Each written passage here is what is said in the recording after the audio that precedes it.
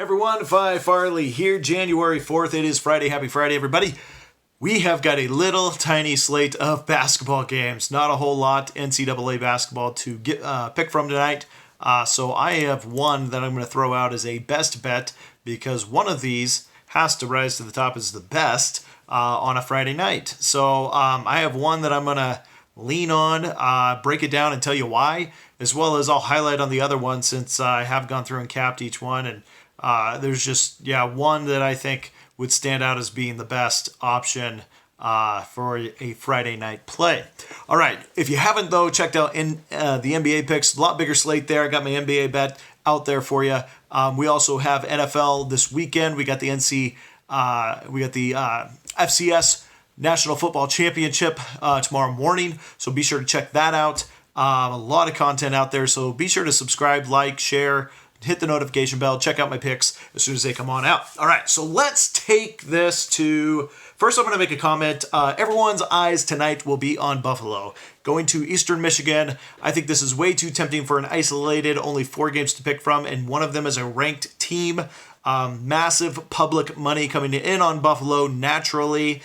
There is no reason for lines makers not to add a few more points onto the Buffalo side. They are on the road. They're now in conference. I think it's a very dangerous spot to take the Buffalo side. That number 20 next to their name brings in a lot of public money. They do not need, and I mean the bookmakers, do not need sharp money coming on that side either. There is no way they are giving a favorable line in the way of Buffalo. Now, I do think there is an angle on that game, which I kind of like, which is the under 143.5, since Eastern Michigan is one of the slower-paced teams, number 344 in the NCAA, one of the slower-paced teams, and they're hosting the game. Being a home team, slower-paced, they may run the tempo on that game. Buffalo, when facing teams that are that slow-paced, have typically gone under the 140 mark. Eastern Michigan, when facing faster-paced teams, as Buffalo is, have also gone under the 140 mark in those games.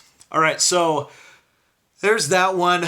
Tulane SMU, I had a really hard time with this one. I was leaning on an SMU side. Even laying 10 was still tempting. However, I'm staying away. Ball State Toledo, I was leaning on the Ball State side as a dog. Here in this one, opened 5.5 down to 4.5. Looks like sharp money's coming in on that side as well. Which leads me down to my best bet, which is going to be going to Chicago, Illinois-Chicago, at 3.5, favored over IUPUI. So one of the reasons I like this one as the best bet is last year, Illinois-Chicago beat IUPUI 2 times, both times covering the 3.5.